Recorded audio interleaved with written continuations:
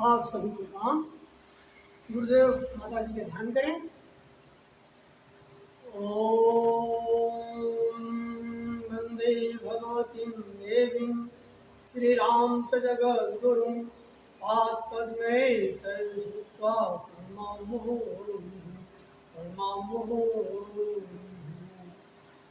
अब हम वेद माता, देव माता, विष्णु माता, सब ज्ञान सब भाव की देवी माँ गायत्री का ध्यान करेंगे, आह्वान करेंगे। ओम आयातु वरदे देवी त्रैक्षरे ब्रह्मवादिनी गायत्री छंदसां मातः ब्रह्मयोनि नमोस्तुते ब्रह्मयोनि नमोस्तुते। अब हम गायत्री में हम एक साथ इसको बोलेंगे, उगते सुर का ध्यान करेंगे, कमर सिद्धि करेंगे, दोनों हाथ गोदी में रखेंगे। ओम भूर्भुवः स्वः तत्सवितुर्वरेण्यं भर्गो देवस्य धीमहि धियो यो नः प्रचोदयात्। गुरुदेव माता जी को ध्यान करा। अब हम दोनों मिलेंगे और चेहरे पर। आइए आज का सदविचार सुनते हैं। आज का सदविचार है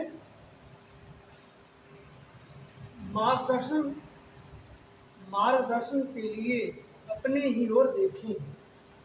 मार्गदर्शन के लिए अपने ही ओर देखो। जो सिद्ध पुरुष होते हैं, जो साक्षात्कार संपन्न पुरुष होते हैं, वे कभी भी दूसरों पे दोष नहीं लगाते और कभी भी वो अपने को अधिक शक्तिमान वस्तुओं से आच्छादित होने के कारण वह स्थितियों की अवहेलना करता है और न अपने को अधिक शक्तिमान वस्तुओं से आच्छादित होने के कारण वह स्थितियों की अवहेलना करता है। अहंकार से उतना ही सावधान रहो जैसे पागल कुत्ते से। अहंकार हमें हर एक चीज का आ जाता है, सौंदर्य का, ज्ञान का, बुद्धि का, धन का, प्रतिभा का। अहंकार के साथ और कई चीजें हैं, काम, क्रोध, लोभ, मोह। अहंकार 5वां नंबर है। 6वां है मत्सर। इच्छा, हमारे इच्छा जो है मनुष्य के दोष होते हैं, वे हमारे शत्रु हैं जो हमें बिगाड़ के रख देते हैं, हमारे जीवन को, हमारे लाइफ को नष्ट करके रख देते हैं। इन सब से हमें हमेशा सावधान रहना चाहिए। जैसे तुम विषधर सर्प को नहीं छूते, क्यों? क्योंकि उसमें विष होता है। अगर हम उसे कष्ट करेंगे या उसे हम परेशान करेंगे, उसको स्पर्श करेंगे तो भी उसका प्रभाव होता है डसना, और वह डस लेता है। डसने के बाद उसका विष शरीर में उतरने के बाद वो आदमी मृत हो जाती है। तो हम सर्प से दूर रहते हैं, विषैले सर्प से दूर रहते हैं। और उसी प्रकार हमें शुद्धियों से अलग रहो। तो शुद्धियाँ होती हैं तो हमारी साधना की एक प्रकार से मानो, वो हमें, अगर उसमें हम सिद्धियों के चक्कर पड़ेंगे तो हमारी साधना को नष्ट कर देती हैं, बिगाड़ देती हैं, मनुष्य को कहाँ से कहाँ घसीट ले जाती हैं।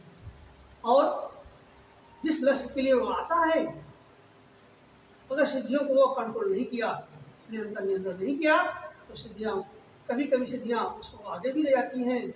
अगर वह उनके वश में हो गया, नियंत्रण हो गया, सिद्धियाँ बर्बाद भी कर सकती हैं।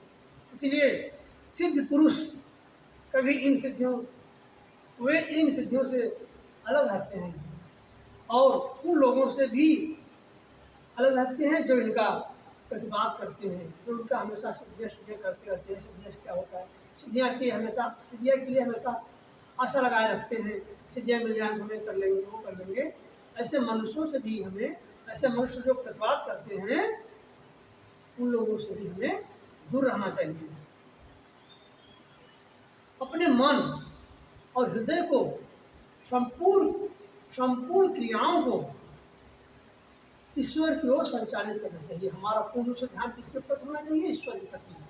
हम साधना करते हैं ईश्वर की कृपा प्राप्त करने के लिए, साक्षात्कार पाने के लिए। सिद्धियां तो अपने आप ही आ जाती हैं।